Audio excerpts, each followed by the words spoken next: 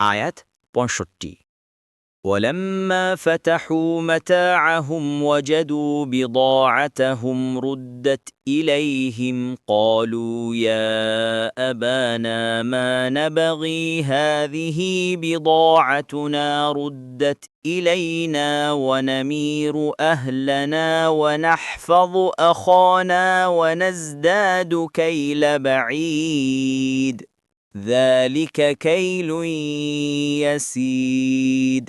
অনুবাদ, আর যখন তারা তাদের মালপত্র খুলল তখন তারা দেখতে পেল তাদের পণ্যমূল্য তাদেরকে ফেরত দেয়া হয়েছে।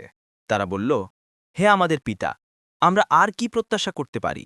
এটা আমাদের দেয়া পণ্যমূল্য আমাদেরকে ফিরিয়ে দেয়া হয়েছে, আর আমরা আমাদের পরিবারবর্গকে খাদ্য সামগ্রী এনে দেব, এবং আমরা আমাদের ভাইয়ের রক্ষণাবেক্ষণ করব, এবং আমরা অতিরিক্ত আরও 1 উট বোঝাই পণ্য আনব।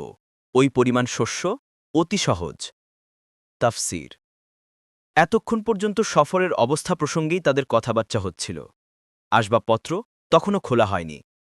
অতঃপর যখন আসবাবপত্র খোলা হল এবং দেখা গেল যে খাদ্যশস্যের মূল্য বাবদ পরিশোধিত মূল্য আসবাবপত্রের মধ্যে বিদ্যমান রয়েছে, তখন তারা অনুভব করতে পারল যে এ কাজ ভুলবশত হয়নি, বরং ইচ্ছাকৃতভাবে আমাদের পুঁজি আমাদেরকে ফেরত দেয়া হয়েছে। তাই রুদ্দাত ইলাইনা বলা হয়েছে।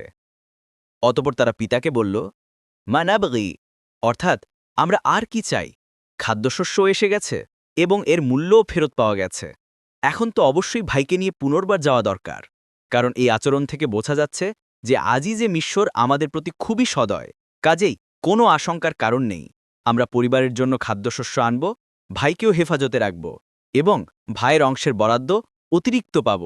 ভাইকে নেয়ার বিনিময়ে যা পাব তা অত্যন্ত সহজেই পাচ্ছি। এ দুর্ভিক্ষের দিনে এত সহজে খাবার পাওয়া বিরাট ব্যাপার। ইবনে কাসির। তাছাড়া এই বাড়তি পরিমাণ খাদ্যশস্য দেয়া আজিজের জন্য কঠিন কিছু নয়। ফাথুল কাদির মুয়াস্সার। আবার আপনার জন্য এই সামান্য সময়ে আমাদের ছোট ভাইটিকে ছেড়ে থাকা কষ্টের হবে না। আমাদের বর্তমান খাদ্যশস্যের পরিমাণও কম, সুতরাং বাড়িয়ে আনতে পারলেই লাভ বেশি।